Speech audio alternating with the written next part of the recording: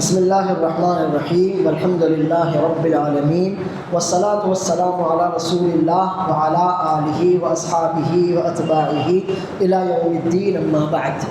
الحمدللہ ہم نے اس وقفے سے پہلے کافی کچھ باتیں جان لی ہیں اور نواقض الاسلام جو 10 ہیں ان میں سے اللہ کے فضل اور توفیق سے ہم 2 بہت اچھی طرح جان اور سمجھ چکے ہیں۔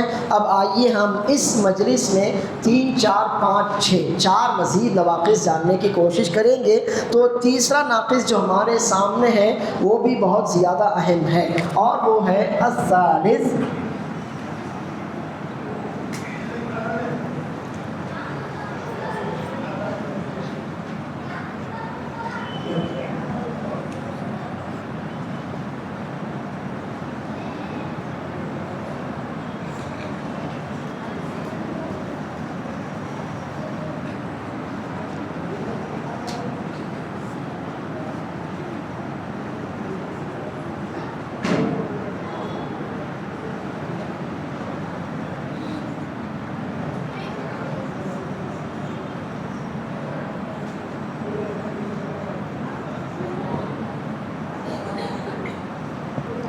من لم یکفر المشرکین او شک فی کفرہم او صحح مذہبہم کفر۔ نمبر 1، جو مشرکوں کو بھی مشرک اور کافر نہ سمجھے۔ نمبر 2، کسی کو شرک کرتا ہوا، کفر کرتا ہوا دیکھے پھر بھی وہ اسے مشرک سمجھنے میں شک میں مبتلا کہ ہو سکتا ہے 2۔ اور تیسرا اس سے زیادہ برا کہ وہ ان کے مذہب کو بھی صحیح قرار دے، کفارہ۔ من لم یکفر المشرکین، جو مشرکوں اور کافروں کو بھی کافر نہ سمجھے، او شک فی کفرہم، وہ شرک کر رہے ہیں، وہ کفر کر رہے ہیں پھر بھی اس کو بندے کو ان کے کفر اور شرک میں شک ہے، ہو سکتا ہے نہیں ہو سکتا، او صحح مذہبہم، یا ان کے مذہب ان کے دین کو وہ صحیح قرار دے کہ وہ بھی صحیح ہے، ہم بھی صحیح ہے، تم بھی صحیح ہو، وہ بھی صحیح ہے، کفارہ۔ تو ایسا آدمی خود بھی کافر ہو جائے گا۔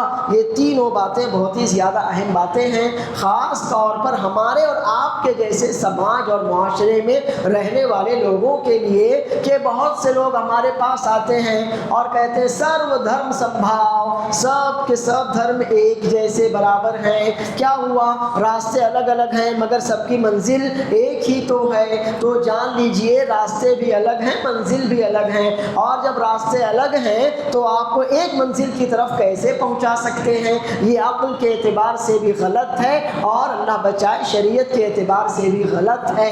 تو مجھ پر اور آپ پر یہ فرض ہوتا ہے کہ آپ اپنے آپ کو حق پر سمجھیں، اور حق ایک ہے۔ مجھ پر اور آپ پر کیا فرض ہوتا ہے کہ ہم اپنے آپ کو حق پر سمجھیں، اور حق کتنے ہیں؟ حق ایک ہی ہے، حق الگ الگ نہیں ہو سکتا، حق بہت سے نہیں ہو سکتے، حق ایک ہی ہے۔ اللہ تعالیٰ فرماتا ہے اللہ ولی الذین آمنوا یخرجہم من الظلمات الی النور۔ اللہ تعالیٰ مومنوں کا سرپرست مولا مددگار ہے، وہ انہیں اندھیروں سے نکال کر نور کی طرف لاتا ہے۔ تو معنی یہ ہوا کہ اندھیرے بہت سے ہیں، کفر کا اندھیرا، شرک کا اندھیرا، بدعات کا اندھیرا، الحاد کا اندھیرا، نفاق کا اندھیرا، یہ سارے کے سارے اندھیرے ہی اندھیرے ہیں۔ اور نور، تو نور صرف توحید کا نور ہے، نور صرف ایمان کا نور ہے۔ تو لازم ہوا کہ اگر آپ نے اللہ اور اس کے رسول صلی اللہ علیہ وسلم پر ایمان رکھا ہے تو آپ اپنے آپ کو حق پر سمجھیں اور دوسروں کو باطل پر سمجھیں۔ اگر آپ سبھی کو حق پر سمجھیں گے تو بتائیے دین کی دعوت کون دے گا اور کیوں دے گا؟ جب بھائی سبھی حق پر ہیں نا، تو ویسا کرو ایسا کرو ویسا کرو، کیا فرق پڑتا ہے؟ سبھی حق پر ہیں تو اسلام کی دعوت ختم ہو جائے گی، کوئی بھی کسی کو دعوت ہی نہیں دے گا، دین کی دعوت برباد ہو جائے گی۔ تو لازم یہ ہوا کہ آپ اپنے آپ کو حق پر سمجھیں اور جو اس حق پر نہیں ہے ان کو آپ باطل پر سمجھیں۔ یہ آپ کے لیے اپنے ایمان کا حصہ ہے۔ اگر آپ ایسا نہیں کریں گے تو بتائیے کہ پھر دین کی دعوت کون دے گا اور کیوں دے گا؟ اگر آپ آپ نے کہا سارے دھرم ایک جیسے ہیں، تو بھائی اسلام ہو کہ ہندو مت ہو، جین مت ہو، سکھ مت ہو، بدھ مت ہو، کیا ہو، سب ایک ہی جیسے ہیں، تو اب اسلام کی دعوت کون دے گا؟ اور جب سب ایک ہی ہے تو کیوں دے گا کوئی دعوت؟ وہ کہے گا کیا فرق پڑتا ہے، یہ بھی ادھر جا رہا ہے وہ بھی ادھر جا رہا ہے، سبھی ادھر جا رہے ہیں، راستے الگ الگ ہیں لیکن منزل ایک ہی ہے۔ تو جان لیجئے راستے بھی الگ ہیں، منزل بھی الگ ہے، سب دھرم برابر نہیں ہو سکتے۔ اسلام برحق مذہب ہے، اسی لیے ہمارا کلمہ ہی حق والا کلمہ ہے، لا الہ الا اللہ، اللہ اکیلا ہی معبود برحق ہے۔ اور اسی بات کا ہم ہر نماز میں اقرار اور اعلان بھی کرتے ہیں، ایاک نعبد و ایاک نستعین، اے اللہ ہم تیری ہی عبادت کرتے ہیں اور تجھ سے ہی مدد مانگتے ہیں، یعنی اللہ تیرے علاوہ نہ کوئی عبادت کے لائق ہے اور اللہ تیرے علاوہ کوئی مدد کرنے کا حقدار اور اس کے لیے ممکن بھی نہیں ہے۔ تو یہ ہمارے عقیدے کا حصہ ہے کہ ہم اپنے دین کو اور اپنے آپ کو برحق حق پر سمجھیں، اور جو لوگ اس دین پر اس عقیدے پر نہیں ہیں ہم ان کو غلط سمجھیں، باطل سمجھیں، کافر ہے تو کافر سمجھیں، ملحد ہے تو ملحد سمجھیں، مشرک ہے تو مشرک سمجھیں، یہ ہمارے دین کا حصہ ہے، ہمارے دین اور ایمان کا رکن ہے، اور اسی کے ساتھ آپ اپنے دین کی دعوت دے سکتے ہیں۔ اللہ تعالیٰ نے بھی تو فرمایا نا، قل یا ایھا الکافرون لا اعبد ما تعبدون، کہہ دیجئے اے کافروں۔ تو معلوم ہوا کہ کافروں کو کافر کہا جائے گا، مشرکوں کو مشرک کہا جائے گا، اور پھر میں ان کی عبادت نہیں کر سکتا جن کی تم عبادت کرتے ہو۔ اگر سب ایک جیسے ہیں تو فرق کیا پڑتا ہے، ہم کس کی بھی عبادت کریں، لیکن اللہ نے کہا یہ نہیں ہو سکتا، لا اعبد ما تعبدون، تم جن کی عبادت کرتے ہو میں تو سیدھے سیدھے ان کی نفی کر چکا ہوں، لا الہ الا اللہ کہہ چکا ہوں، ولا انتم عابدون ما اعبد، اور تم بھی لا الہ الا اللہ نہیں پڑھتے ہو تو میرے معبود کی عبادت تم بھی نہیں کر سکتے۔ میرے معبود کی عبادت کرنے کے لیے تم کو ان سارے باطل معبودوں کو چھوڑنا پڑے گا۔ یہ ہمارا عقیدہ ہے، عقیدے کا اہم ترین حصہ ہے کہ آپ اپنے دین کو برحق سمجھیں، اپنے آپ کو سب سے زیادہ حقدار سمجھیں، اور جتنے بھی لوگ آپ کے دین کے علاوہ دین پر ہیں آپ ان کو باطل سمجھیں۔ اگر کوئی ایسا نہیں کرتا اور وہ کہتا ہے نہیں نہیں مشرک کیا ہوا، وہ بھی تو اللہ کی عبادت کر رہے ہیں کسی نہ کسی شکل میں، کیا ہوا کافر بھی تو کسی نہ کسی شکل میں کہتے ہیں نا سب کا مالک ایک اور اوپر والا، تو اس سے فرق نہیں پڑتا جب تک وہ لا الہ الا اللہ کا اقرار نہیں کریں گے، ان کے کچھ بھی کہنے سے فرق نہیں پڑے گا، ان کو کافر ہے تو کافر، مشرک ہے تو مشرک، ملحد ہے تو ملحد ان کو کہنا پڑے گا۔ اور یہی تو ہمارے دین کا بیس ہے۔ اللہ کے رسول صلی اللہ علیہ وسلم نے اسی وجہ سے تو کافروں سے لڑائی بھی کی تھی اور فرمایا تھا امرت ان اقاتل الناس حتی یشہدوا ان لا الہ الا اللہ وانی رسول اللہ، کہ اسلام اور کفر کی جنگ چلتی رہے گی۔ تو جب وہ بھی ہمارے جیسے ہم بھی ان کے جیسے، تو جنگ کیوں ہو رہی ہے بھائی؟ تو معلوم ہوا کہ نہیں وہ آپ کے جیسے نہیں ہیں، آپ ان کے جیسے نہیں ہیں، آپ حق پر ہیں وہ باطل پر ہیں، تبھی تو جنگ ہونا ہے۔ تو کب تک جنگ ہوگی؟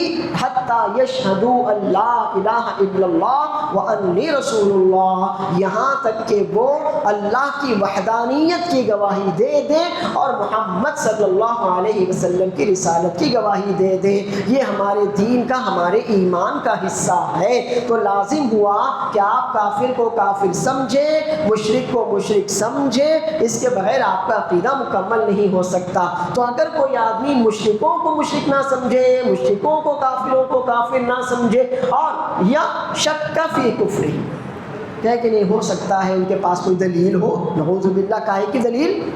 دلیل تو آپ کے پاس دلیل ایک ہی ہوتی ہے بھائی، آپ کا کوئی گھر ہے اور کسی نے اس کے اوپر دعویٰ دائر کر دیا، تو ثبوت دونوں کے پاس ہوں گے کہ ایک کے پاس ہوگا؟ ثبوت تو ایک کے پاس ہوگا نا جس کا وہ ہے، دونوں کے پاس تھوڑی ثبوت ہوں گے، کسی ایک کا ہوگا، اسی کے حق میں فیصلہ کیا جائے گا۔ تو یہ جج کہے گا نہیں نہیں میں تمہارے حق میں فیصلہ نہیں کر سکتا، ٹھیک ہے تمہارے پاس ثبوت ہے، پراوے ہیں، گواہ ہیں، مگر اس کے پاس بھی کچھ ہو سکتا ہے، ایسا کہے گا کہ جج؟ جی نہیں، وہ کہے گا بھائی جس کے پاس دلیل ثبوت پراوے گواہ ہیں بس پرفیکٹ، اسی کا حق ہے میں اسی کو دوں گا، جج تھوڑی شک کرے گا۔ تو آپ سب سے بڑے جج ہیں، آپ کو یہ دیکھنا ہے کہ جس کے پاس قرآن اور سنت کی دلیل ہے، جو اپنے برحق مذہب پر ہے اور اس کی دلیل اس کے پاس پاس ہے وہ حق پر ہے، لہٰذا آپ اپنے حق پر ہونے کا یقین رکھیں گے اور دوسروں کے کفر پر ہونے کا یقین رکھیں گے، آپ ان کے کفر میں کسی بھی طرح کا شک نہیں کریں گے۔ ہو سکتا ہے کوئی دلیل ہو سکتا ہے ان کے پاس بھی کوئی ثبوت ہو، نہیں ہو سکتا ان کے دل میں ایسا نہ ہو، جی نہیں۔ ایک آدمی جو قبر کو سجدہ کر رہا ہے، قبر کا طواف کر رہا ہے، قبر کے آگے رو اور گڑ گڑا رہا ہے، آپ کہیں گے نہیں ہو سکتا اس کے دل میں ایمان ہو۔ ارے دل میں ایمان ہوتا تو اللہ کے گھر میں جاتا، دل میں عقیدہ اللہ پر ہوتا تو اللہ کے آگے روتا گڑ گڑاتا، لیکن اس کا عمل یہ بتا رہا ہے کہ اس کا ایمان اللہ کے علاوہ اللہ کی مخلوق پر ہے، اللہ کے ان بندوں پر ہے جو مر چکے، جو پیدا ہونے کے لیے بھی محتاج تھے، مرنے کے بعد بھی محتاج ہے، ایسے لوگوں پر اس کا بھروسہ ہے، تو وہ آدمی کیسے مشرک نہیں ہوگا؟ اب آپ اس کے کفر میں شرک میں شک کر رہے ہیں تو مطلب یہ ہے کہ آپ کے دل میں بھی کچھ نہ کچھ کمی ہے، ٹیڑھا پن ہے، آپ سرو دھرم سمبھاؤ کے بہکاوے میں آپ بھی ہیں۔ اور ان سب سے زیادہ برا او صحح مذہبہم، اللہ بچائے، وہ ہے جو کہتا ہے کہ ارے وہ بھی صحیح، وہ بھی صحیح ہے، تم بھی صحیح ہو، تو یہ ان تینوں میں سب سے زیادہ برا ہے، اور جس کے اندر یہ تینوں یا تینوں میں سے کسی ایک بھی طرح کی برائی پائی جائے گی کفارہ، وہ خود کافر ہوگا۔ تو ہمارے عقیدے کا لازمی حصہ ہے آپ اپنے آپ کو برحق سمجھیں، اپنی توحید کی وجہ سے اپنے کو موحد سمجھیں، اور اس کی وجہ سے دوسروں کو آپ غلط سمجھیں کہ ہاں وہ غلطی پر ہیں، وہ شرک پر ہیں، وہ کفر پر ہیں، وہ الحاد پر ہیں۔ یہ آپ کے یقین کا، آپ کے ایمان کا حصہ ہے۔ اگر آپ اس میں کسی بھی طرح کا کمپرومائز کرنے کی کوشش کر رہے ہیں تو یہ آپ کے کفر اور آپ کے نفاق کی دلیل ہوگی۔ اللہ تعالیٰ نے ابراہیم علیہ السلام کے بارے میں فرمایا وَإِذْ قَالَ إِبْرَاهِيمُ لِأَبِيهِ وَقَوْمِهِ إِنَّنِي بَرَاءٌ مِّمَّا تَعْبُدُونَ إِلَّا الَّذِي فَطَرَنِي فَإِنَّهُ سَيَهْدِينِ۔ ابراہیم علیہ السلام نے اپنے والد اور اپنی قوم کو دین کی، توحید کی دعوت دی کہ نہیں دی؟ تو یہ کہا کہ تم بھی ٹھیک ہم بھی ٹھیک، اور یہ کہا کہ چلو کوئی بات نہیں ہم سب ایک ساتھ رہیں گے؟ جی نہیں، انہوں نے کیا کہا؟ انہوں نے اپنے والد سے اور اپنی قوم سے کہا تھا اننی براء مما تعبدون،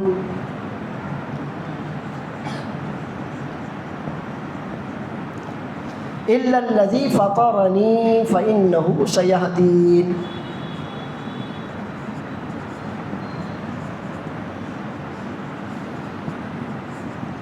تم جن کی عبادت کرتے ہو میں اس سے بری ہوں۔ بری ہونا، الگ تھلگ ہونا، لا تعلق ہونا، بیزار ہونا، اس کو کہتے ہیں بری ہونا۔ لا تعلق ہونا، الگ ہو جانا، بیزار ہونا، کوئی تعلق کوئی واسطہ نہ رکھنا۔ تو ابراہیم علیہ السلام نے اپنے باپ اور اپنی قوم سے کلیئر کہا تھا کہ تم جن کی عبادت کرتے ہو میرا ان سے کوئی تعلق نہیں ہے، میں ان سے الگ تھلگ ہوں، ان سے بیزار ہوں، الا الذی فطرنی، سوائے اس کے جس نے مجھ کو پیدا کیا، یعنی اللہ۔ تو اللہ کی اگر عبادت کرو تب تو ٹھیک، لیکن اگر اللہ کی عبادت نہیں کرتے تو میرا اور تمہارا کوئی تعلق نہیں ہے، یعنی تم الگ اور میں الگ۔ اللہ تعالیٰ نے نوح علیہ السلام کے بیٹے کے بارے میں بھی یہی کہا، اللہ نے وعدہ کیا تھا میں تم کو اور تمہارے گھر والوں کو بچاؤں گا، لیکن بیٹا تو ڈوب گیا۔ تو نوح علیہ السلام نے کہا اللہ میرا بیٹا تو میرے اہل، میرے گھر والوں میں سے ہے، پھر وہ تو ڈوب گیا اور تیرا وعدہ تو سچا ہے۔ تو اللہ تعالیٰ نے کہا تھا انہ لیس من اہلک انہ عمل غیر صالح، ارے وہ تمہارے سے اس کو کون سی نسبت ہو سکتی ہے؟ تم الگ وہ الگ، وہ تو کافر تھا، جب کافر تھا تو وہ تمہارا اہل کیسے ہو سکتا ہے؟ تم سے اس کا کیا تعلق ہو سکتا ہے؟ تو معلوم ہوا کہ جب آپ مومن ہیں، کوئی مشرک ہے تو آپ اپنے کو الگ اور اس کو الگ سمجھیں، اور اس بات کا عقیدہ رکھیں کہ آپ حق پر اور وہ باطل پر ہیں۔ اسی طرح اللہ تعالیٰ نے ابراہیم علیہ السلام کے بارے میں اور بھی فرمایا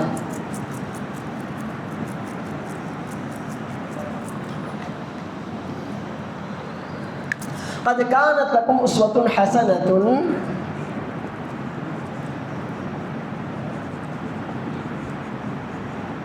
في إبراهيم والذين معه إذ قالوا لقومهم إنا براء منكم وَمِمَّا تَعْبُدُونَ مِن دُونِ اللَّهِ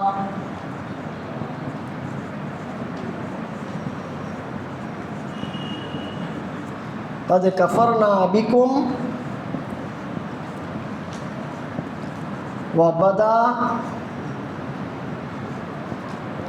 بَيْنَنَا وَبَيْنَكُمُ الْعَدَاوَةُ وَالْبَغْضَاءُ أَبَدًا حَتَّى تُؤْمِنُوا بِاللَّهِ وَحْدَهُ قَدْ كَانَتْ لَكُمْ أُسْوَةٌ حَسَنَةٌ، یقیناً تمہارے لیے، مسلمانوں سے خطاب ہے، اے مسلمانوں یقیناً تمہارے لیے فی ابراہیم والذین معہ، ابراہیم اور ان کے ساتھی، ان پر ایمان لانے والے جو ان کے اصحاب تھے، ان سب کے قول و عمل میں تمہارے لیے بہترین نمونہ ہے۔ اذ قالوا لقومہم، جبکہ انہوں نے اپنی قوم سے کہا تھا، انا براء منکم، ہم تم سے بھی بری ہیں، ہمارا تم سے کوئی نسبت، کوئی رشتہ، کوئی تعلق نہیں ہے۔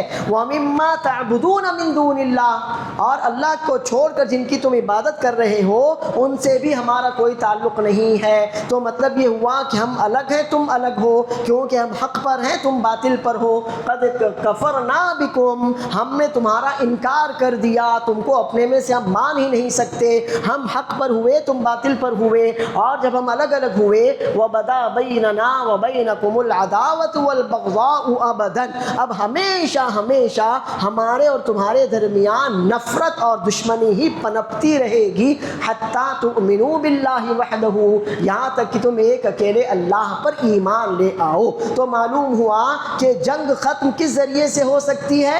اللہ پر ایمان لا کر ہی جنگ، دشمنی اور نفرت ختم ہو سکتی ہے۔ معلوم ہوا کہ حق پر وہ ہیں جو اللہ کو ماننے والے ہیں، اور جو اللہ کو ماننے والے نہیں یا اللہ کا حق کسی اور کو دینے والے ہیں وہ حق پر نہیں ہیں۔ اور اس بات کا مجھ کو اور آپ کو اپنے ایمان کا رکن سمجھتے ہوئے یقین رکھنا چاہیے کہ ہم حق پر ہیں، اور جو اس حق پر نہیں ہے وہ باطل پر ہے۔ چنانچہ اس کے برخلاف اگر کوئی شخص مشرکوں کو مشرک نہ سمجھے، کافروں کو کافر نہ سمجھے، یا ان کے دین میں شک کرے، ہو سکتا ہے وہ بھی صحیح ہو، یا اللہ اکبر اس سے بڑھ کر وہ ان کے مذہب کو صحیح ٹھہرا دے، تو ایسی تینوں برائیاں جس کے اندر بھی پائی جائیں گی وہ کافر ہوگا۔ یہ تیسرا ناقض ہے۔ چوتھا ہے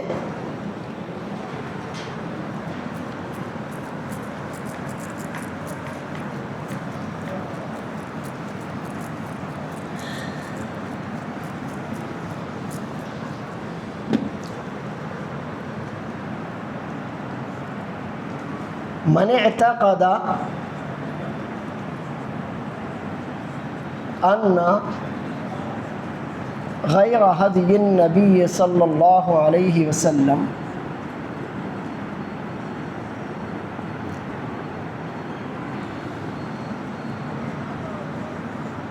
اکمل من ہدیہ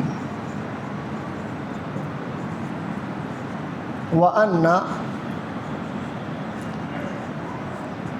حکم غیرہ احسن من حکمہ،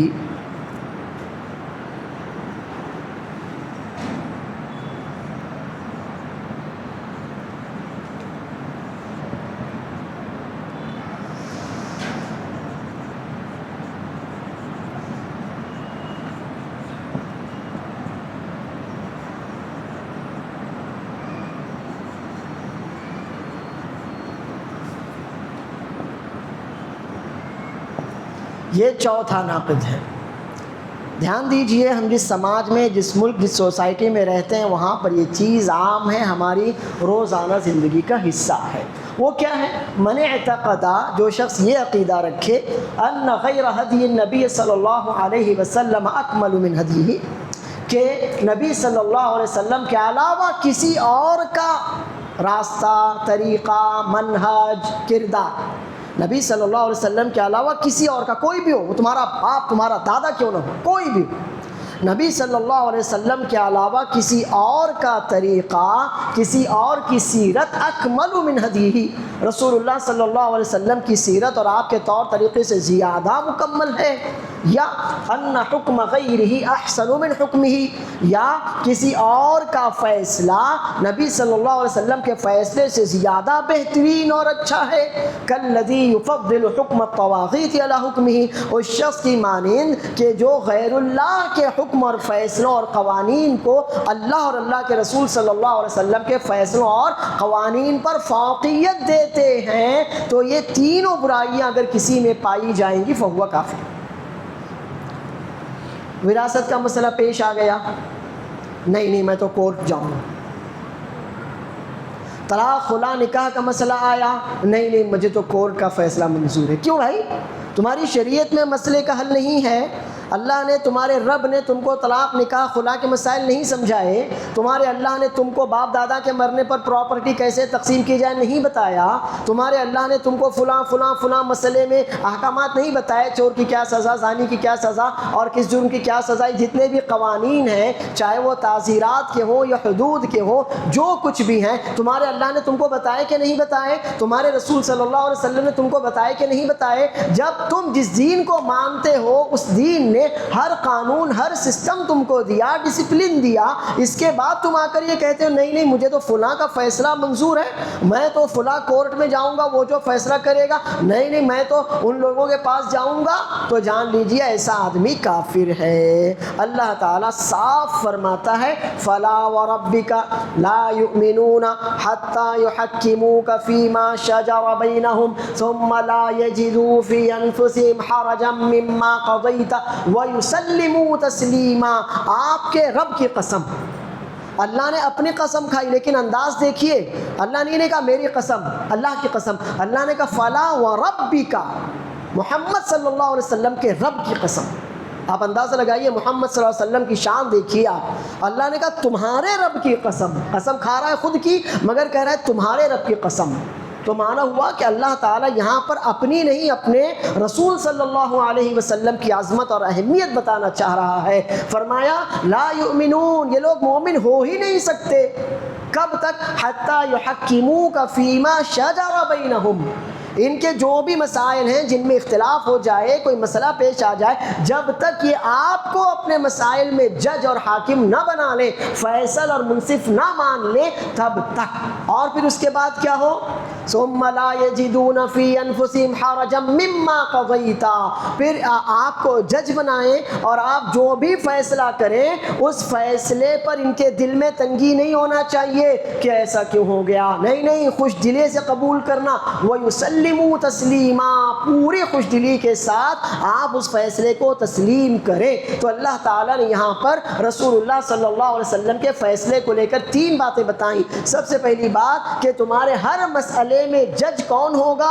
اللہ اور اللہ کے رسول صلی اللہ علیہ وسلم ہوں گے۔ دوسری بات، جو بھی فیصلہ نبی کریم صلی اللہ علیہ وسلم کریں گے تم اس کو بلا چوں چرا مانو گے۔ اور تیسری بات، تمہارے دل میں اس فیصلے کو لے کر کوئی تنگی نہیں ہونا چاہیے کہ کاش ایسا فیصلہ نہ ہوتا، ویسا فیصلہ ہو جاتا۔ اللہ تعالیٰ فرماتا ہے وَمَا كَانَ لِمُؤْمِنٍ وَلَا مُؤْمِنَةٍ إِذَا قَضَى اللَّهُ وَرَسُولُهُ أَمْرًا أَن يَكُونَ لَهُمُ الْخِيَرَةُ مِنْ أَمْرِهِمْ وَمَن يَعْصِ اللَّهَ وَرَسُولَهُ فَقَدْ ضَلَّ ضَلَالًا مُبِينًا۔ مومن مرد ہو یا مومن عورت، اگر اللہ اور اس کے رسول صلی اللہ علیہ وسلم ان کے اپنے معاملے میں، اس مومن مرد یا عورت کے مسئلے میں کوئی بھی فیصلہ کر دے تو اس شخص کو اب اپنے معاملے کا کوئی اختیار باقی نہیں رہ جاتا، اس کے سامنے ایک ہی راستہ ہے کہ وہ پوری خوش دلی کے ساتھ اللہ اور اللہ کے رسول صلی اللہ علیہ وسلم کا فیصلہ منظور کرے، اسے قبول کرے۔ اب اگر کوئی شخص اللہ کی، اللہ کے رسول صلی اللہ علیہ وسلم کی نافرمانی کرتا ہے تو ایسے ہی لوگ کھلی ہوئی گمراہی میں پڑ جاتے ہیں۔ اللہ تعالیٰ فرماتا ہے یا ایھا الذین آمنوا اطیعوا اللہ واطیعوا الرسول واولی الامر منکم فان تنازعتم فی شیء فردوه الی اللہ والرسول ان کنتم تؤمنون باللہ والیوم الآخر ذلک خیر واحسن تأویلا۔ اے مومنو، اللہ کی اطاعت کرو، اللہ کے رسول صلی اللہ علیہ وسلم کی فرما برداری کرو، اور تم میں سے جو تمہارے علماء تمہارے معاملات کے ذمہ دار ہیں ان کی فرما برداری کرو۔ لیکن اگر کسی بھی مسئلے میں تمہارا اختلاف ہو جائے، مسئلہ الجھ جائے، تو پھر تمہیں اس مسئلے کو اللہ اور اللہ کے رسول صلی اللہ علیہ وسلم کی طرف لوٹانا پڑے گا۔ اگر واقعی تم اللہ اور یوم آخر پر ایمان رکھتے ہو تو تمہیں اللہ اور اس کے رسول صلی اللہ علیہ وسلم کا فیصلہ ہی قبول کرنا پڑے گا، یہی تمہارے حق میں آغاز اور انجام ہر اعتبار سے بہتر ہے۔ تو معلوم ہوا کہ فیصلہ کرنے کا اختیار اللہ اور اس کے رسول صلی اللہ علیہ وسلم کو ہے، معلوم ہوا کہ قانون بنانے، قانون لاگو کرنے، نافذ کرنے کا اختیار اللہ اور اس کے رسول صلی اللہ علیہ وسلم کو ہے۔ اب اگر کوئی آدمی آ کر یہ کہے کہ اس معاملے میں مجھے امریکہ کا قانون اچھا لگتا ہے، اس معاملے میں مجھے سوئٹزرلینڈ کا قانون اچھا لگتا ہے، جی نہیں، آپ کے قانون سے اچھا کوئی قانون نہیں ہے، آپ کو اپنا ہی قانون ماننا پڑے گا، اور یہ قانون تو اللہ کی طرف سے ہے، اس میں کوئی کمی کوئی خامی ہو ہی نہیں سکتی۔ اب اگر کوئی آدمی اللہ کے رسول صلی اللہ علیہ وسلم کے قانون اور فیصلے کے مقابلے میں دوسرے کسی کے قانون اور فیصلے کو ترجیح دیتا ہے، اس کو پسند کرتا ہے، یا اپنا مقدمہ ان لوگوں کے پاس پیش کرتا ہے، تو پھر وَمَن لَّمْ يَحْكُم بِمَا أَنزَلَ اللَّهُ فَأُولَٰئِكَ هُمُ الْكَافِرُونَ وَمَن لَّمْ يَحْكُم بِمَا أَنزَلَ اللَّهُ فَأُولَٰئِكَ هُمُ الْفَاسِقُونَ وَمَن لَّمْ يَحْكُم بِمَا أَنزَلَ اللَّهُ فَأُولَٰئِكَ هُمُ الظَّالِمُونَ۔ اللہ کے فیصلے پر فیصلہ نہ کرو گے، اللہ کے قانون پر اپنا فیصلہ نہ پیش نہ کرو گے، اللہ کے قانون کو قانون نہیں مانو گے، اسے اپنی زندگی پر لاگو نہیں کرو گے، تو ایسے ہی لوگ کافر ہیں، فاسق ہیں، ظالم ہیں۔ لیکن آپ جس ملک میں رہتے ہیں اس کے اپنے کچھ آپ کے اوپر کچھ حد بندیاں ہوتی ہیں، تو ٹھیک ہے، جہاں پر ہم مجبور ہیں وہاں شریعت لا یکلف اللہ نفسا الا وسعها، لیکن جہاں آپ کے پاس اختیار ہے، جن معاملات میں آپ کو اختیار ہے، اللہ نے آپ کو جو قانون دیا، بے شک آپ اس قانون پر عمل کر سکتے ہیں، پھر بھی آپ ادھر جائیں گے تو اس 3 آیتیں جو میں نے آپ کے سامنے پڑھی وہی معاملہ آپ کے ساتھ ہوگا۔ جو مجبوری ہے، جو جس ملک میں رہتے ہوئے جن قوانین کو ماننا ضروری ہے، وہ ایک الگ مسئلہ ہے، لیکن جن قوانین کو ہم اپنے اللہ اور اپنے رسول صلی اللہ علیہ وسلم کے قوانین اور شریعت کے مطابق لاگو کر سکتے ہیں، وہاں ہمارے پاس اور کوئی دوسرا راستہ کبھی نہیں ہو سکتا۔ اور یہی بات اللہ نے یہود اور نصارہ کے بارے میں بھی فرمائی، اتخذوا احبارهم ورهبانهم اربابا من دون الله والمسيح ابن مريم وما امروا الا ليعبدوا الله الها واحدا۔ ان لوگوں نے اللہ کو چھوڑ کر اپنے مولویوں کو، اپنے درویشوں کو، اپنے مجاوروں کو، اللہ کو چھوڑا اور ان لوگوں کو اپنا رب بنا لیا، اور مسیح عیسیٰ ابن مریم کو بھی اپنا رب بنا لیا۔ عدی بن حاتم رضی اللہ عنہ جب مسلمان ہوئے اور انہوں نے یہ آیت سنی، اتخذوا احبارهم ورهبانهم اربابا من دون اللہ، کہ ان یہود و نصارہ نے اللہ کو چھوڑا اور اللہ کو چھوڑ کر اپنے درویشوں، پیروں، فقیروں، مجاوروں اور مولویوں کو اپنا رب بنا لیا، تو انہوں نے آ کر اللہ کے رسول صلی اللہ علیہ وسلم سے کہا، وہ نصرانی تھے، کرسچن تھے، انہوں نے آ کر اللہ کے رسول صلی اللہ علیہ وسلم سے کہا کہ اللہ کے رسول صلی اللہ علیہ وسلم، نہیں، ہم نے ان کو اپنا رب تو نہیں بنایا، پھر اللہ کیسے کہہ رہا ہے کہ انہوں نے اپنا رب بنا لیا؟ تو آپ نے فرمایا، دیکھو بات ایسی ہے کہ انہوں نے جن چیزوں کو حلال قرار دیا تم نے اس کو آنکھیں بند کر کے حلال تسلیم کر لیا، انہوں نے جن چیزوں کو حرام قرار دیا تم نے آنکھیں بند کر کے ان کو حرام مان لیا، انہوں نے جو بھی فیصلے کیے، جو قوانین بنائے، تم نے کبھی پوچھا نہیں، سمجھا نہیں کہ یہ اللہ کے قانون کے اعتبار سے، یہ اللہ کے قانون کے مخالف ہے، آنکھیں بند کیا، ان کے سارے قوانین اپنے اوپر لاگو کر لیے، تو یہی اللہ کے علاوہ کو اپنا رب بنانا ہے۔ تو اب کوئی بھی بندہ اگر یہ سمجھتا ہے کہ محمد صلی اللہ علیہ وسلم کی سیرت اور طریقے سے بڑھ کر کسی اور کی سیرت اور طریقہ ہو سکتا ہے، آپ کے سامنے بات آ جائے کہ رسول اللہ صلی اللہ علیہ وسلم کا حلیہ ایسا تھا، رسول اللہ صلی اللہ علیہ وسلم ایسے کھاتے پیتے تھے، رسول اللہ صلی اللہ علیہ وسلم ایسا لباس پہنتے تھے، رسول اللہ صلی اللہ علیہ وسلم ایسا چلتے، ایسا معاملہ کرتے تھے، رسول اللہ صلی اللہ علیہ وسلم کے اخلاق و آداب ایسے تھے، تو آپ کہیں گے نہیں نہیں، میں اپنے باپ دادا کا طریقہ نہیں چھوڑ سکتا جیسا میں نے میرے باپ دادا، تو بھائی یہی ہے وہ آپ نے کیا کیا؟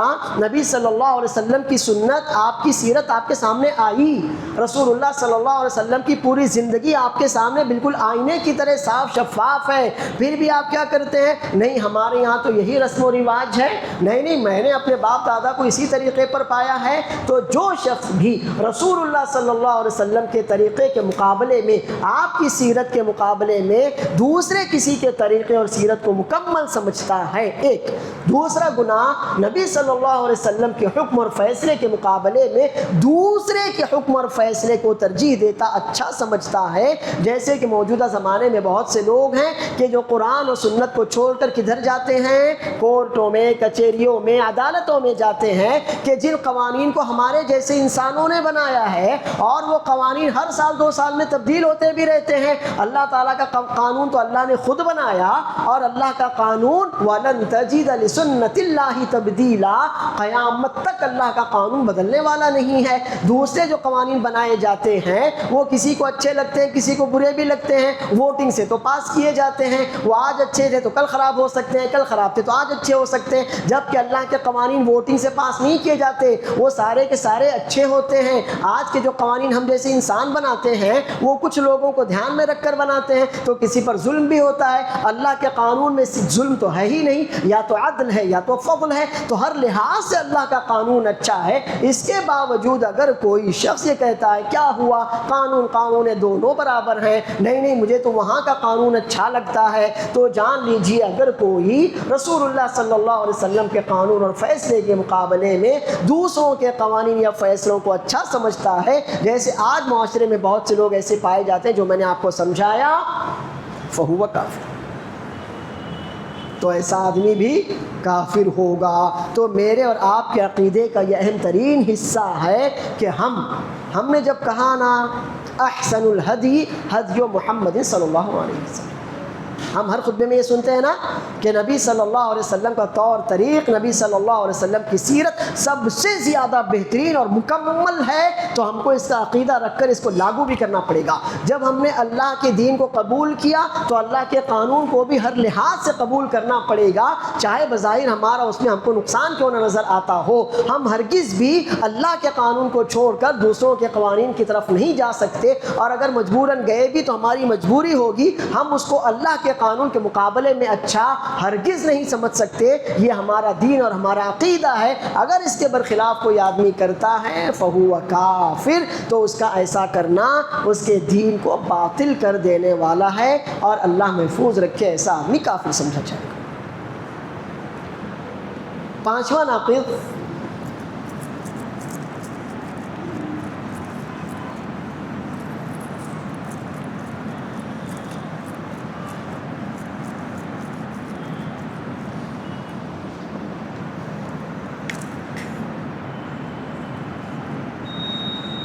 من ابغض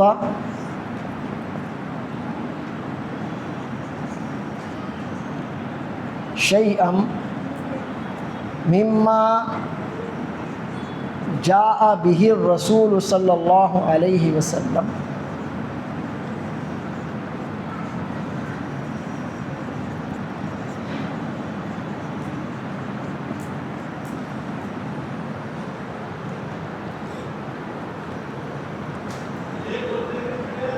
جو شخص بھی اللہ کے رسول صلی اللہ علیہ وسلم کی لائی ہوئی کسی بھی چیز کو، کوئی حکم، کوئی فیصلہ ہو، پہننے اوڑھنے کا کوئی طریقہ ہو، چال چلن گفتار کی کوئی بات ہو، اوڑھنے پہننے کھانے زندگی گزارنے کا کوئی سلیقہ ہو، کچھ بھی ہو، تو غرض رسول اللہ صلی اللہ علیہ وسلم نے جو کچھ بھی ہم کو دیا، اب اگر کوئی شخص اس میں سے کسی بھی چیز کو ناپسند کرتا ہے، دھیان دیجئے کیا کرتا ہے، وہ ناپسند کرتا ہے، وَلَوْ عَمِلَ بِهِ، گرچہ وہ اس کو عمل میں لا رہا ہو، کر رہا ہے، لیکن دل میں ناپسندیدگی، کفر۔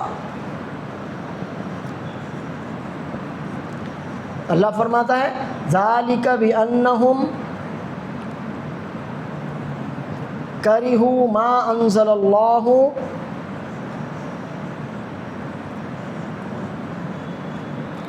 فَأَحْبَطَ أَعْمَالَهُمْ۔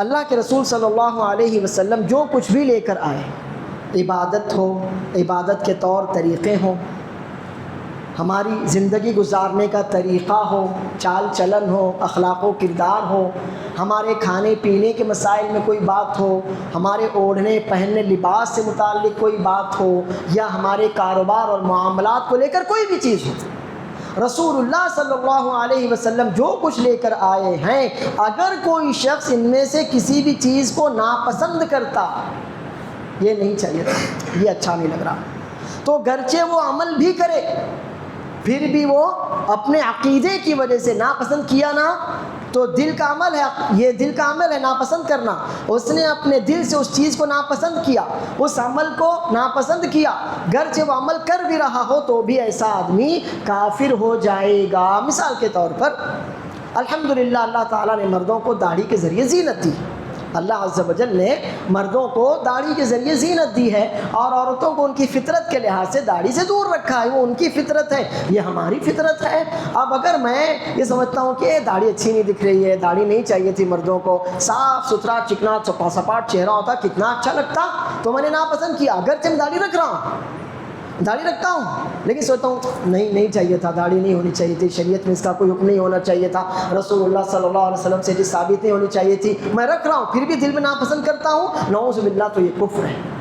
اللہ تعالیٰ نے ہماری عورتوں کو حجاب میں رکھا، پردے میں رکھا، کیونکہ وہ چھپانے کی چیز ہے، وہ حفاظت کی جانے والی چیز ہے، وہ اپنی حفاظت کی محتاج ہے، تو اس کی حفاظت، اس کی حیا و غیرت کا تقاضا ہے کہ اس کو ڈھانپ کر رکھا جائے، چھپا کر رکھا جائے. اب ایک عورت پردہ تو کرتی ہے، برقع تو اوڑھتی ہے، حجاب کرتی ہے، لیکن سوچتی کیا حجاب کی وجہ سے میں اپنا حسن کسی کو نہیں دکھا پا رہی ہوں، یہ اسلام نے ایسا کیسا حکم دے دیا، میں اتنی اچھی ہوں، بنتی سنورتی سجتی ہوں، اور میں اپنا حسن کسی کو نہ دکھا سکوں، مجھے بننے سنورنے سے تو نہیں، لیکن اس کے اوپر پردہ ڈال کر اللہ تعالیٰ نے روک دیا اپنے حسن کی نمائش سے. اب عورت پردہ تو کرتی ہے، لیکن اس پردے کو ناپسند کرتی ہے کہ کاش ایسا نہ ہوا ہوتا، کاش پردے کا حکم نہ ہوتا، میں آزاد گھومتی پھرتی. تو یہ کفر ہے، یہ کفر ہے. لازم ہے کہ اللہ تعالیٰ نے، اللہ کے رسول صلی اللہ علیہ وسلم نے جو کچھ بھی آپ کو دیا ہو کہ یہ آپ کا دین، تو آپ اس سے محبت کریں، آپ اس سے نفرت نہ کریں. اگر آپ اس سے محبت رکھتے ہیں، آپ کو وہ اچھا لگتا ہے، ٹھیک ہے، آپ عمل میں کوتا ہیں تو معاف، عمل میں کوتاہی ہے، مگر دل سے آپ اس کو پسند کرتے ہیں. مثلا ایک آدمی داڑھی صاف کرتا ہے مگر چاہتا ہے نہیں داڑھی اچھی چیز ہے، اللہ نے اور اس کے رسول صلی اللہ علیہ وسلم نے حکم دیا تو اچھی چیز ہے، ہاں بھائی مجھ سے کوتاہی ہو رہی ہے، وہ ایک الگ مسئلہ ہے، وہ گناہ گار ہے مگر کم. مگر ایک آدمی داڑھی رکھتا ہے اور داڑھی کو ناپسند کرتا ہے کہ اللہ نے کاہے کو اس کا حکم دیا، کاہے کو چہرے پر داڑھی اگا دی، اور کیوں رسول اللہ صلی اللہ علیہ وسلم نے داڑھی رکھنے کا حکم دیا ہے. تو دونوں میں فرق، ایک آدمی اچھا سمجھتا ہے مگر کر نہیں پا رہا ہے، دوسرا آدمی کرتا ہے مگر اس کو برا سمجھتا ہے، تو یہ عقیدے کا کفر ہے. اور اللہ فرماتا ہے ذالک بانہم کرہوا ما انزل اللہ، یہ منافق تھے کہ اللہ تعالیٰ جو حکم نازل کرتا وہ اس کو ناپسند کرتے تھے. تو اللہ کے احکام کو ناپسند کرنا، فاحبط اعمالہم، اللہ تعالیٰ نے ان کے اعمال برباد کر دیے، یعنی کفر انہوں نے کر لیا. کفر اور ارتداد کی وجہ سے آدمی صرف دین سے نہیں نکلتا بلکہ اس کے سارے اعمال بھی برباد ہو جاتے ہیں. لئن اشرکت لیحبطن عملک، اگر آپ بھی شرک کریں تو آپ کے اعمال بھی برباد ہو جائیں گے. تو ایک آدمی اگر اللہ پر ایمان رکھتا ہے تو ضروری ہے کہ اللہ تعالیٰ نے جو بھی حکم نازل کیا ہو، وہ رہن سہن سے متعلق ہو، کھان پان سے متعلق ہو، معاملات سے متعلق ہو، کچھ بھی ہو، آپ اس کو اچھا سمجھیں کہ یہ میرے لیے اچھا ہے. ٹھیک ہے آپ سے عمل میں کوتاہی ہو رہی ہے، آپ اس کی کوشش کیجئے کہ اللہ معاف بھی کرے اور آپ سے کوتاہی نہ. لیکن اللہ عز و جل نے کوئی حکم نازل کیا آپ کے کھان پان، رہن سہن، معاملات یا آداب یا عبادات سے متعلق، آپ وہ کر تو رہے مگر اس کو ناپسند کر رہے ہیں، تو پھر یہ کفر ہوگا جیسے کہ منافقین کا حال تھا. مثال کے طور پر وہ نماز پڑھتے تھے، ایسا نہیں کہ مسجدوں سے ہی غائب رہتے تھے، نماز پڑھتے تھے، لیکن اللہ نے کیا فرمایا وَإِذَا قَامُوا إِلَى الصَّلَاةِ قَامُوا كُسَالَىٰ، نماز کے لیے جاتے تھے مگر کیسے بہت ہی سستی کے ساتھ، نہ جانا پڑے تو اچھا ہے، جی مار کر جان پہ آئے جیسا زبردستی پڑھتے تھے. تو اللہ نے کہا تو ناپسند کرنا ہوا، اور جب ناپسند کرتا ہے کوئی بندہ اللہ کے کسی حکم کو تو وہ دین سے، اسلام سے خارج ہو جاتا ہے۔ اسی طرح سے اللہ عز و جل نے جب جہاد جنگ کو فرض کیا تو منافقین اس سے دور بھاگنے لگے کہ اس میں تو جان جائے، مال جائے، گھر بار سب چلا جائے، تو اللہ عز و جل نے کہا کہ نہیں، دیکھیے آپ جہاد میں شریک نہیں ہوئے، آپ کا مسئلہ ہے، لیکن آپ اللہ تعالیٰ کے کسی حکم کو ناپسند کریں گے تو پھر یہ آپ کی بغاوت مانی جائے گی، اور آپ کی اس بغاوت کے نتیجے میں آپ دین سے خارج ہو جائیں گے۔ اسی لیے اللہ نے فرمایا مسلمانوں کو تنبیہ کرتے ہوئے کتب علیکم القتال وهو کرہ لکم عسى ان تحبوا شیئا وهو شر لکم وعسى ان تکرہوا شیئا وهو خیر لکم واللہ یعلم وانتم لا تعلمون۔ تم پر اللہ کی راہ میں جہاد فرض کیا گیا ہے، وہ تمہیں ناپسند ہے، لیکن سنو، ہو سکتا ہے کوئی کام تم کو اچھا لگتا ہو مگر در حقیقت وہ تمہارے لیے اچھا نہ ہو، اور ہو سکتا ہے کوئی کام تمہیں اچھا نہ لگتا ہو مگر حقیقتاً وہ تمہارے حق میں اچھا ہو۔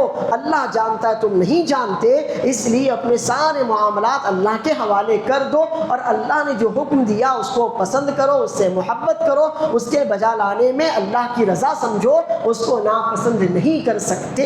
اب اگر کوئی بندہ اللہ کے رسول صلی اللہ علیہ وسلم کی لائی ہوئی کسی بھی چیز کو ناپسند کرتا ہے، گرچہ وہ اس پر عمل بھی کرتا ہو، تو دونوں صورتوں میں وہ آدمی کافر مانا جائے گا، اور یہ منافقوں کی حرکت تھی، منافقین ایسا ہی کیا کرتے تھے۔ یہ پانچواں ناقض ہے، اللہ کے رسول صلی اللہ علیہ وسلم کی شریعت یا شریعت کے کسی بھی حکم کو ناپسند کرنا، اچھا نہ سمجھنا، غلط سمجھنا۔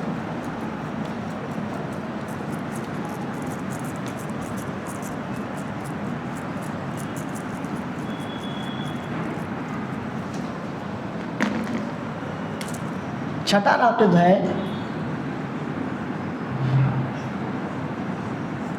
من استہزأ بشیء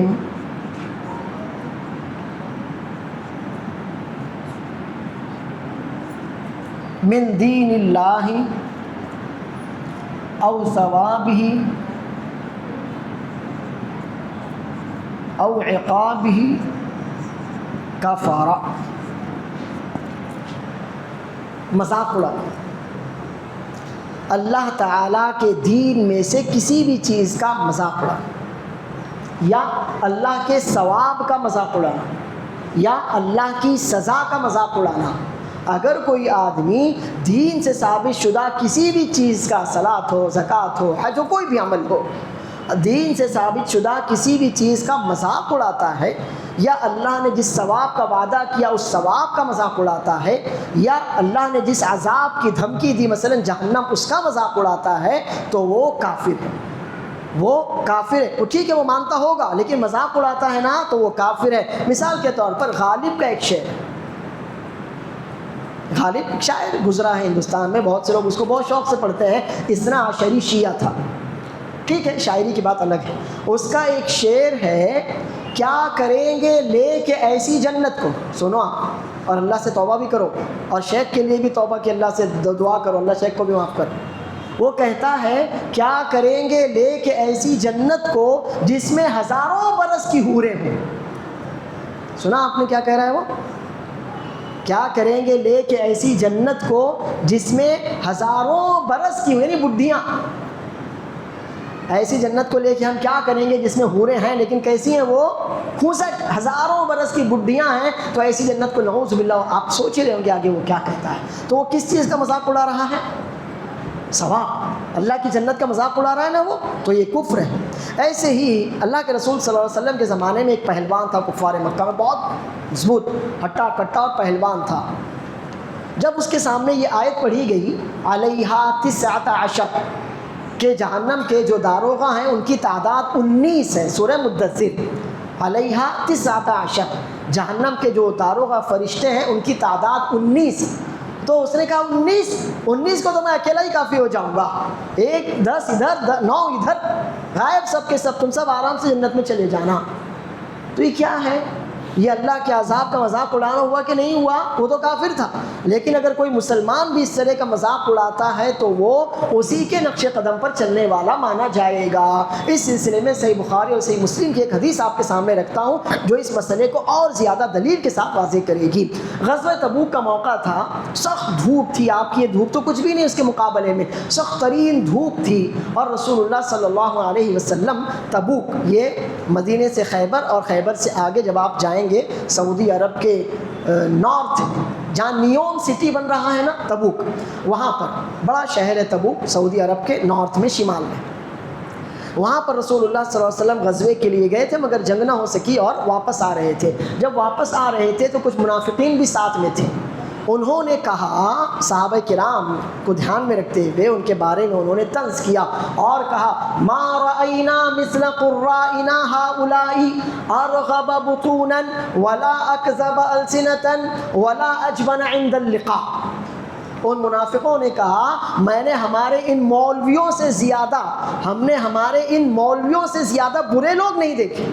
صحابہ کرام کو انہوں نے کہا یہ مولوی، اور ہم بھی آپ سے مولوی ہے، وہ مذاق. اللہ کے دین کا عالم ہے وہ ٹھیک ہے، اس میں کچھ گناہ ہوں گے، کوتاہی ہوگی، وہ خاندان میں مرتبے میں آپ سے کم ہوگا، لیکن اگر اللہ کے دین کا عالم ہے تو اس پر طنز، اس کا مذاق آپ سمجھ لیجیے. ان منافقوں نے کہا ہم نے ہمارے ان مولویوں سے زیادہ بدترین لوگ نہیں دیکھے، بہت زیادہ کھاتے ہیں، سب سے بڑے جھوٹے ہیں، اور ان سے زیادہ بزدل تو کوئی ہے ہی نہیں. یہ جملے انہوں نے کہے. ایک صحابی نے یہ جملے سنے اور رسول اللہ صلی اللہ علیہ وسلم کی خدمت میں آ کر کہا کہ یہ عبداللہ بن ابی منافق اور اس کے ساتھی ایسا ایسا کہہ رہے ہیں.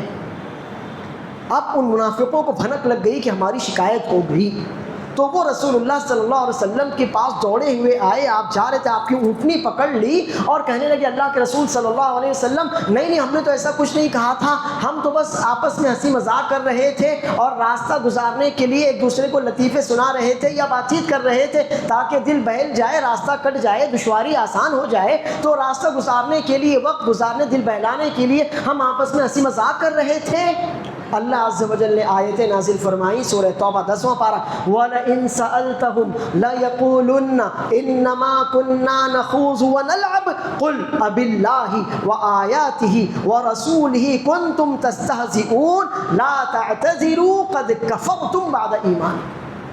اگر آپ ان سے پوچھیں گے نا کہ اچھا ٹھیک ہے جو تمہاری شکایت مجھ کو ملی اس کے بارے میں تمہارا کیا عذر ہے، کیا بہانہ ہے، تو وہ کہیں گے اللہ کے رسول صلی اللہ علیہ وسلم ہم تو بس ہنسی مذاق کر رہے تھے، کھیل کر رہے تھے تاکہ آسانی کے ساتھ راستہ گزر جائے. کسی کا دل دکھانا یا آپ لوگوں پر طنز کرنا یا آپ کا مذاق اڑانا مقصود نہیں تھا، بس ہنسی مذاق تھی. تو اللہ نے فرمایا قل اباللہ وآیاتہ ورسولہ کنتم تستہزئون. اللہ کا، اللہ کی آیتوں کا، اللہ کے رسولوں کا تم مذاق اڑاتے ہو، تمہارے دین کی جو چیزیں ہیں، عقیدوں کی جو چیزیں، اس کا مذاق اڑاتے ہو. یہاں پر دھیان دیجئے، انہوں نے اللہ کا مذاق نہیں اڑایا تھا، انہوں نے رسول اللہ صلی اللہ علیہ وسلم کا مذاق نہیں اڑایا تھا، انہوں نے دین کو برا نہیں کہا تھا، انہوں نے صحابہ کرام کو برا کہا تھا. آج بہت سے لوگ ہیں نا، کبھی عثمان کو برا کہیں، کبھی معاویہ کو برا کہیں، کبھی ابو سفیان کو برا کہیں، نعوذ باللہ ان سے آگے بڑھ کر رسول اللہ صلی اللہ علیہ وسلم کی عزت پر حملے کریں، عائشہ اور حفصہ کو برا کہیں رضی اللہ عنہم اجمعین. تو جان لیجئے ان کا حشر تو منافقوں سے بھی زیادہ بدبودار اور غلیظ ترین ہونے والا ہے. انہوں نے صحابہ کرام کا مذاق اڑایا تھا، اللہ کا، اللہ کے رسول صلی اللہ علیہ وسلم اور اللہ کی آیتوں کا مذاق نہیں اڑایا تھا. لیکن اللہ نے جو آیت نازل فرمائی، یہ فرمایا اباللہ ورسولہ وآیاتہ ورسولہ کنتم تستہزئون. اللہ کا، اللہ کی آیتوں اور اللہ کے رسولوں کا تم مذاق اڑاتے ہو. لا تعتذروا، اب کوئی بہانہ، کوئی عذر پیش مت کرو. قد کفرتم بعد ایمانکم، اگر ایمان والے رہے بھی ہوگے تو تمہاری اس حرکت کی وجہ سے تم کافر ہو چکے. ایسے ہی کچھ لوگ جن کو تھوڑی بہت عربی آتی ہے اور کسی میزبان کے یہاں جائیں، دعوت میں جائیں، تو دعا ان کو یاد ہے. وہ کیسی دعا کرتے تھے؟ افطر عندکم الصائمون واکل طعامکم الابرار وصلت علیکم الملائکہ. دعا ہے، اللہ کے رسول صلی اللہ علیہ وسلم سے ثابت ہے. کیا دعا ہے کہ جب آپ کسی کے یہاں کھائیں پیئیں، کوئی آپ کا بھائی آپ کو دعوت دے تو آپ اس کو دعا دیں کہ آپ نے جو مجھے کھلایا تو اللہ آپ کو اس کا یہ اجر دے کہ روزے دار آپ کے یہاں افطار کریں. نیک لوگ آپ کا کھانا کھائیں اور فرشتے آپ کے لیے اللہ کی رحمت اور مغفرت اور برکت کی دعائیں کریں. یہ اتنی دعا ہے. اب کچھ لوگ اس میں کیا شامل کرتے تھے؟ اللہ جبرائیل، لیکن جبرائیل دعا نہ کریں. لطیفہ جوک بنایا لوگوں نے. اللہ اکبر. بھائی کیوں؟ تو اس لیے کہ تم نے ہم کو پان نہیں کھلایا. تو آپ دیکھیے ایک دعا کا اللہ کے رسول صلی اللہ علیہ وسلم کی حدیث کا مذاق اڑانا ہے، اور یہ کفر ہے. اسی طرح سے ہمارے بہت سے لوگ ہوتے ہیں، ایک بندہ مثلاً ہمیشہ اپنے ٹخنے کھلے رکھتا ہو، کہ مرد ہے بھائی تو مرد تو ٹخنے کھلے رکھے گا نا.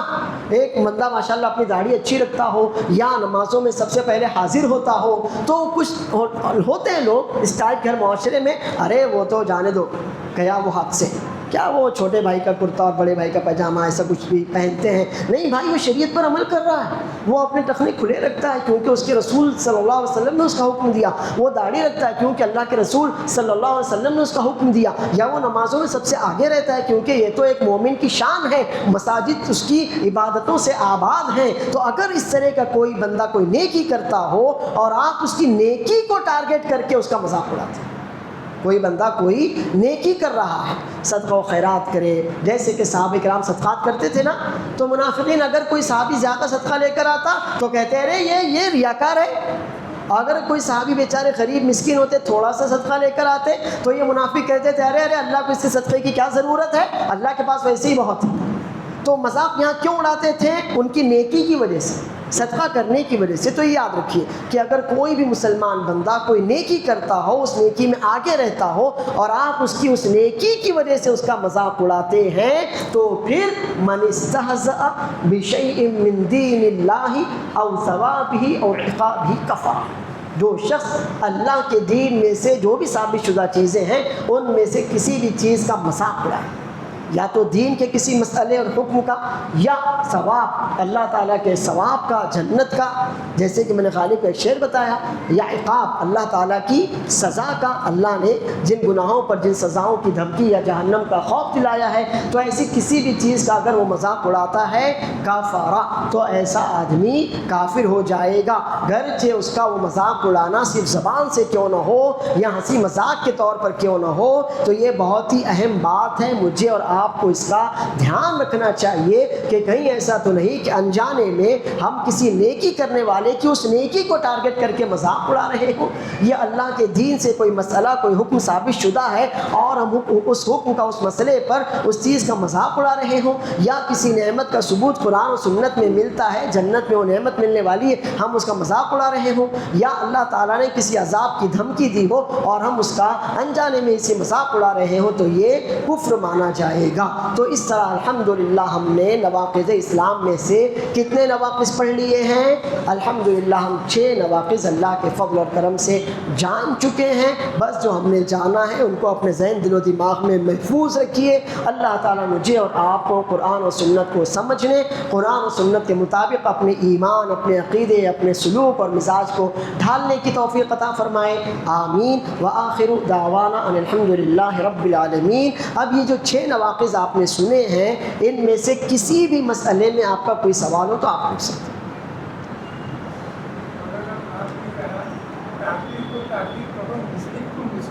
جی کچھ لوگ کہتے ہیں کہ ایسا نہیں کہنا چاہیے کیونکہ کچے دن جب وہ ایمان لائے گا تو وہ ہم خود گنہگار ہو جائیں گے. اگر یہ مرنے کے بعد کہنا کہ آپ مسلم تھا.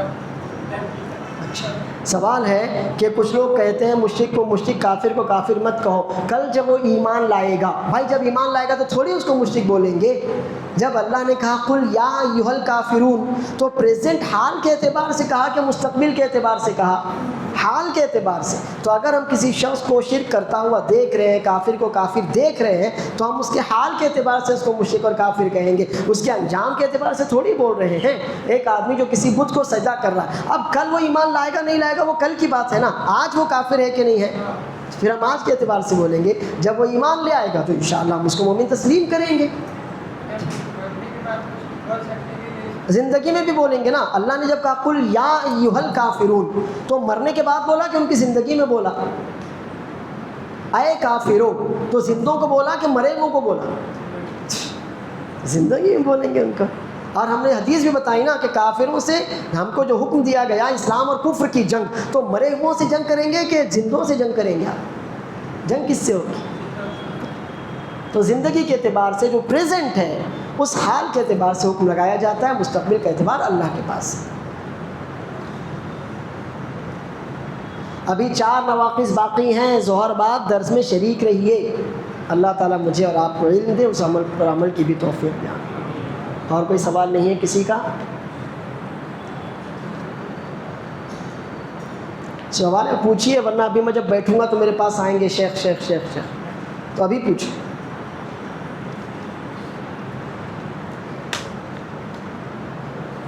یہ جو 4 امام کو مانتے ہیں، آپ سب کے طریقے کے علاوہ جو 4 امام کو مانتے ہیں تو ان کو کیا؟ دیکھیے آپ نے سوال کیا تقلید کے بارے میں، یہ 4 امام کو ماننا ہے، وہ تقلید کا اس سے وہ ٹاپک ہے کہ مثلا ایک آدمی ہے جو اپنے آپ کو حنفی کہتا ہے کیونکہ وہ امام ابو حنیفہ کا مقلد ہے، دوسرا آدمی اپنے آپ کو مالکی کہتا ہے کیونکہ وہ امام مالک کا مقلد ہے، تیسرا آدمی اپنے آپ کو شافعی کہتا ہے کیونکہ امام محمد بن ادریس شافعی کا مقلد ہے، چوتھا آدمی اپنے آپ کو حنبلی کہتا ہے کیونکہ وہ امام احمد بن حنبل کا مقلد ہے۔ تو یہ تقلید کی بات ہے۔ اب اس کا ایسا اس کے دماغ میں ایسا ڈال دیا گیا ہے کہ یہی طریقہ جو تمہارے امام صاحب سے ثابت ہے وہی صحیح ہے، اس پر بھی یہ فرض بنتا ہے کہ ٹھیک ہے اس کے امام صاحب کا جو طریقہ ہے وہ ٹھیک ہے، لیکن اگر اللہ کے رسول صلی اللہ علیہ وسلم کی کوئی حدیث اس کے طریقے کے مقابلے میں ثابت ہو جاتی ہے تو اس کو وہ لینا پڑے گا۔ امام شافعی رحمہ اللہ کہتے ہیں کسی مسلمان کے لیے جائز نہیں کہ اس کے سامنے اللہ کا کلام یا رسول اللہ صلی اللہ علیہ وسلم کی حدیث آ جائے اور پھر کسی بھی وجہ سے وہ اس کو چھوڑے، یہ اس کے لیے جائز نہیں۔ تو آپ ان کے سامنے یہ بات رکھیں کہ ٹھیک ہے بھائی آپ مقلد ہیں کسی کے، آپ اپنا مسئلہ اپنے ساتھ رکھیں، لیکن اس مسئلے میں رسول اللہ صلی اللہ علیہ وسلم کی حدیث ایسی ہے تو آپ اس کو مانیں، باقی ان کو اللہ کے حوالے کیجیے۔ اللہ ٹھیک ہے، وضو کیجیے، اللہ نے چاہا تو نماز کے بعد پھر ملاقات ہوگی۔